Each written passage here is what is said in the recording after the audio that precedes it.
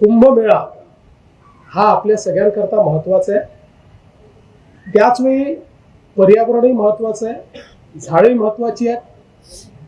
आणि मी असेल, शिंदेसाहेब असतील किंवा अजितदादा असतील, कोणाचंच हे मत नाही की अशा प्रकारची झाडं तोडली गेली पाहिजेत.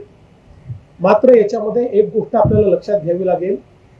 प्रयागराजचा कुंभमेळा ज्या ठिकाणी होतो तिथे 15,000 हेक्टर जागा आहे आणि आपला कुंभमेळा ज्या साधुग्रामला शतकानुशतक होतोय तिथे फक्त 300-350 एकर जागा आहे. 15,000 हेक्टर आणि 350 एकर.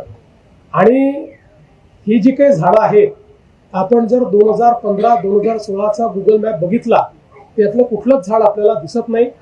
ज्यावेळेस महाराष्ट्र सरकारने 50 कोटी वृक्ष लागवडीचा कार्यक्रम घेतला त्या काळात नाशिक महानगरपालिकेने विचार करून ही झाडं लावली, कारण ती रिकामी जागा होती. 12 वर्षात आपण एकदाच ती वापरतो.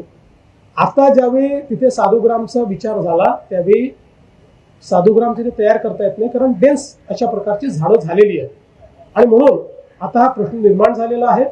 आता त्या संदर्भात मार्ग काढून कमीत कमी त्यातली झाडं कशी आपल्याला कापता येतील किंवा कापूच नाहीत, जी काही थोडी बहुत रिप्लांट करता येतील ती रिप्लांट करावी, जास्तीत जास्त झाडं वाचवावी, अजून काय अल्टरनेटिव्ह आहेत, अशा सगळ्या गोष्टीचा विचार आता त्या ठिकाणी चाललेला आहे.